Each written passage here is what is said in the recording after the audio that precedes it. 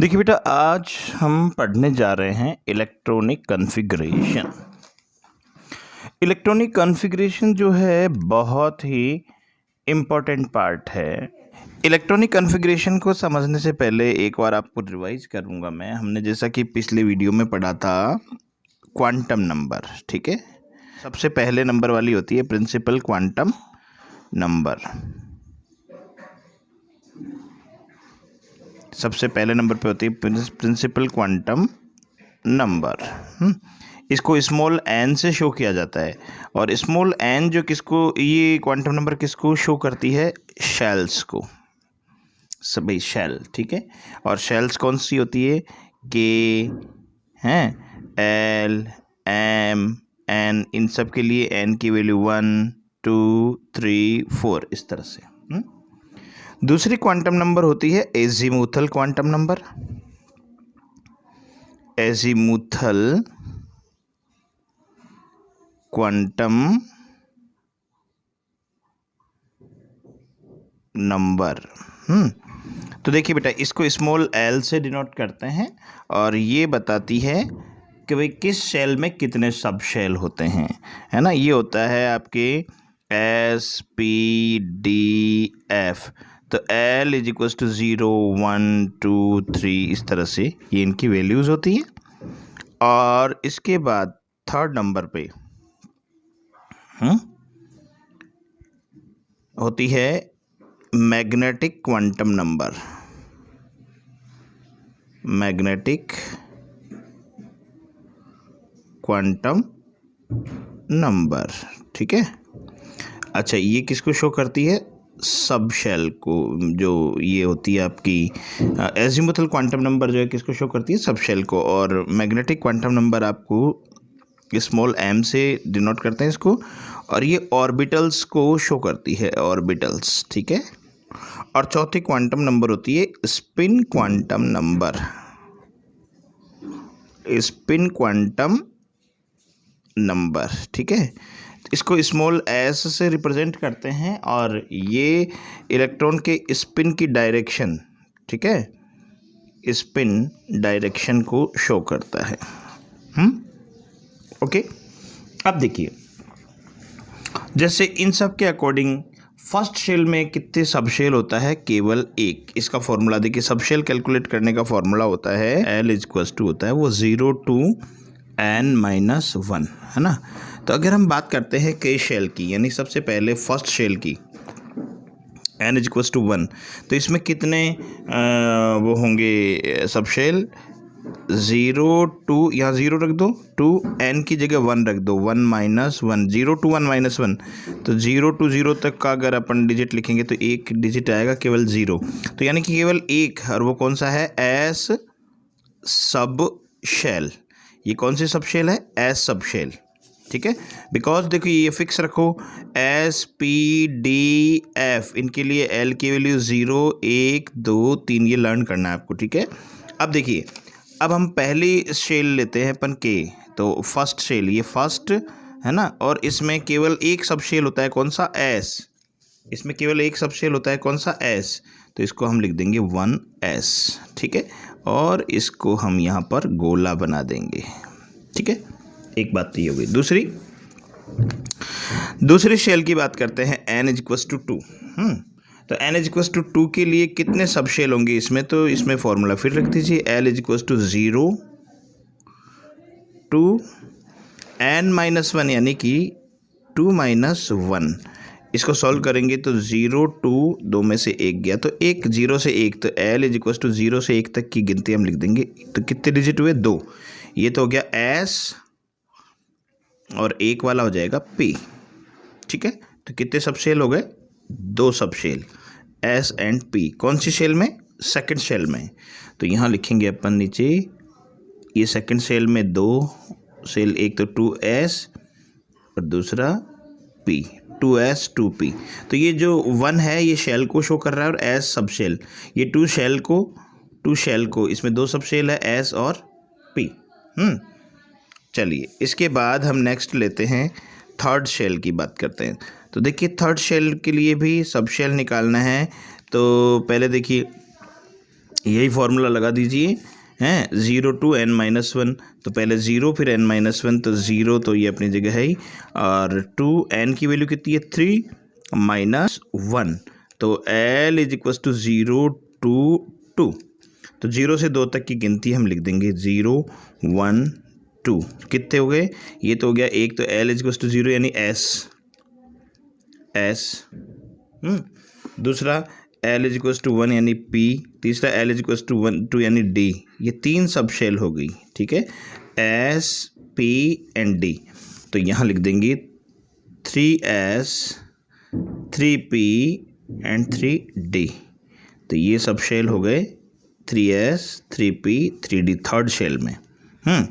तो अब हम बात करते हैं चौथी शेल की हैं, इसके लिए L is equal to 0 to 4 -1, तो L is equal to 0 to 4 में से एक गया 3, तो L इज इक्वल टू 0 1 0 1 2 और 3, ये हो जाएगा 0 1 2 3, तो ये तो हो जाएगा S, ये हो जाएगा P, ये D एंड F, कितने सब शेल हो गए 4, S P D and F हैं, तो हम यहाँ पे भी लिख देंगे 4S 4P 4D and 4F, ये S ये P ये D एंड ये F है।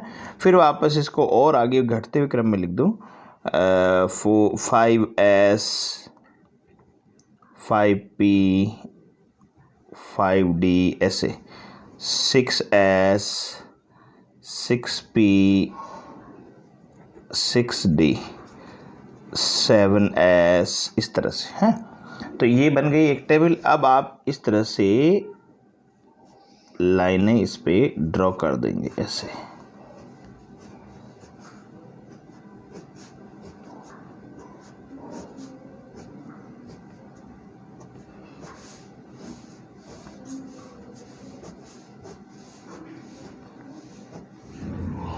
ठीक है, ऐसे लाइनें ड्रॉ कर दी।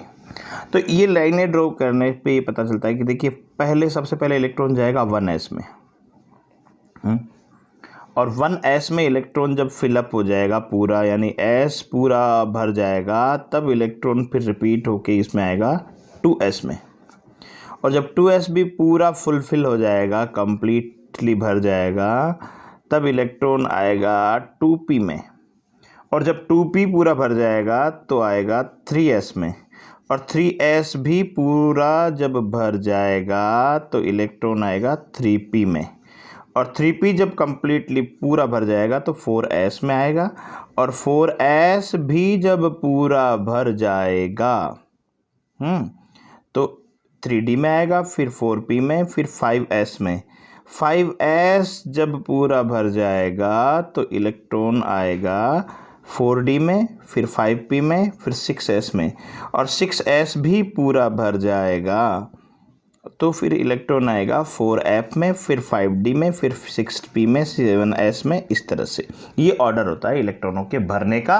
और इस इलेक्ट्रॉनों के भरने के जो क्रम को ही इलेक्ट्रॉन कॉन्फ़िगरेशन कहते हैं, कि ये जो इलेक्ट्रॉन भरते हैं इन सब शेल्स में, इनको बोलते हैं इलेक्ट्रॉन कॉन्फ़िगरेशन। तो इलेक्ट्रॉन कॉन्फ़िगरेशन की डेफिनेशन अगर कोई आपसे पूछे तो डेफिनेशन हो जाएगी order of the filling of electron in sub shells.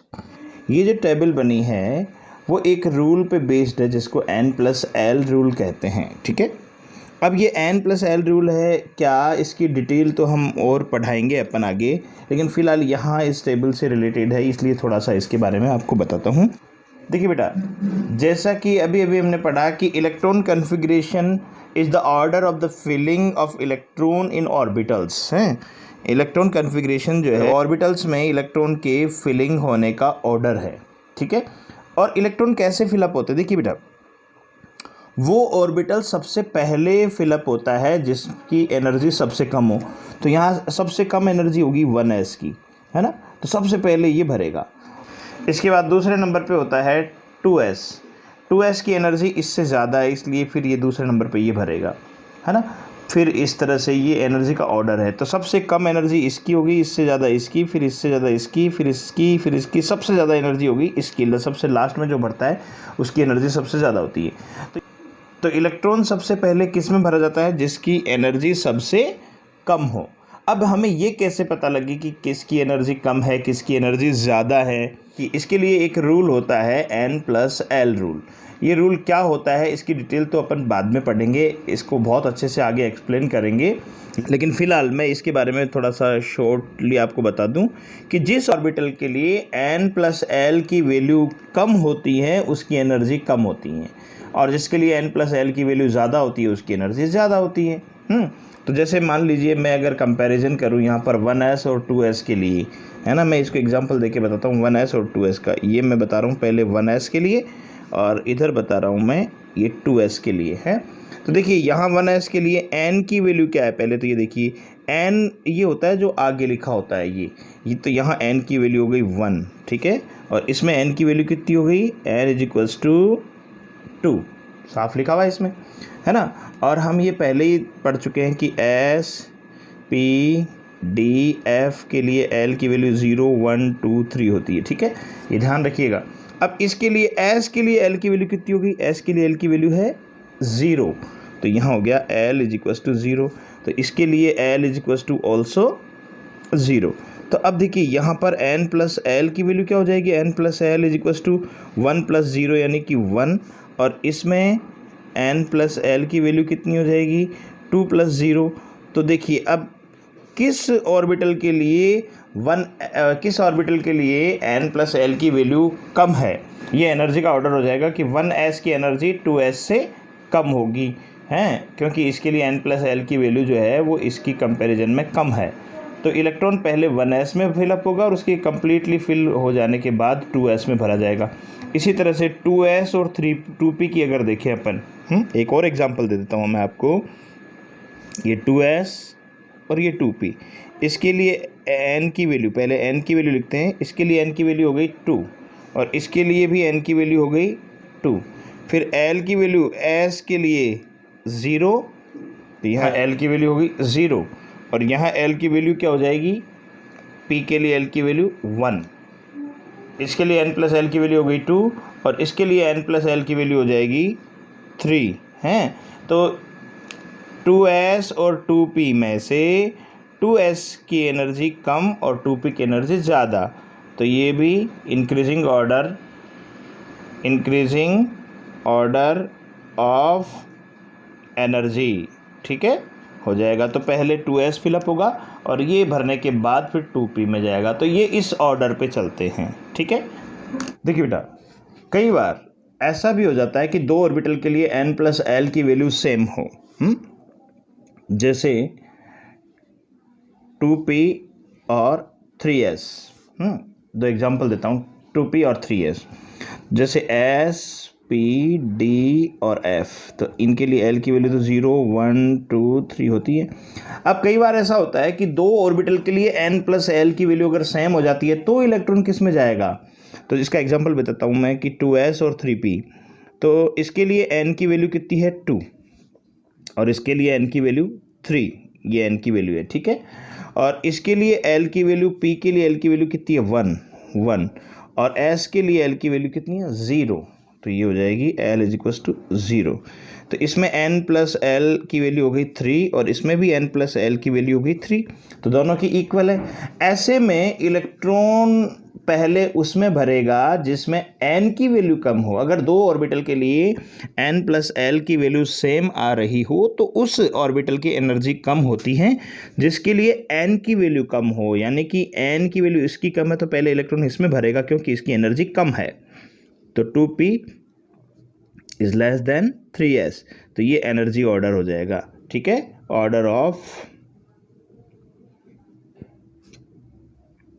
Energy. अब मैं आपको बात कर रहा हूँ कि इलेक्ट्रॉन कॉन्फ़िगरेशन लिखते कैसे हैं, है ना, कैसे इसको रिप्रेजेंट किया जाता है, कैसे इसको शो किया जाता है इलेक्ट्रॉन कॉन्फ़िगरेशन को। इलेक्ट्रॉन कॉन्फ़िगरेशन का और आगे एग्जांपल मैं आपको बताऊँ कि इसको लिखने का तरीका क्या है। तो सबसे पहले मैं आपको बताऊँगा कि एस की कैपेसिटी 2 होती हैं, ये हम जान चुके हैं पहले ही कि एस में मैक्सिमम 2 इलेक्ट्रॉन रह सकते हैं, पी में मैक्सिमम 6 इलेक्ट्रॉन रह सकते हैं, डी में मैक्सिमम 10 इलेक्ट्रॉन रह सकते हैं और एफ में मैक्सिमम 14 इलेक्ट्रॉन रह सकते हैं। इनसे ज़्यादा नहीं हो सकते, इनसे कम हो सकते हैं, ये ध्यान रखिएगा। अब अगर हम बात करते हैं सोडियम की, सोडियम का एटॉमिक नंबर होता है 11। इसका मतलब इनमें 11 इलेक्ट्रॉन है, कि 11 इलेक्ट्रॉन है। अब इन 11 इलेक्ट्रॉनों को भरना है आपको। तो सबसे पहले इलेक्ट्रॉन किस में जाएगा? 1s में। तो सबसे पहले हम लिखेंगे 1s, और 1s की कैपेसिटी कितनी है? 2, तो यहाँ लिख देंगे 2, 1s2। उसके बाद जब ये कंप्लीट फिल हो जाएगा तो इलेक्ट्रॉन जाएगा 2s में, 2s, और s की कैपेसिटी 2 होती है, तो ये 2s2।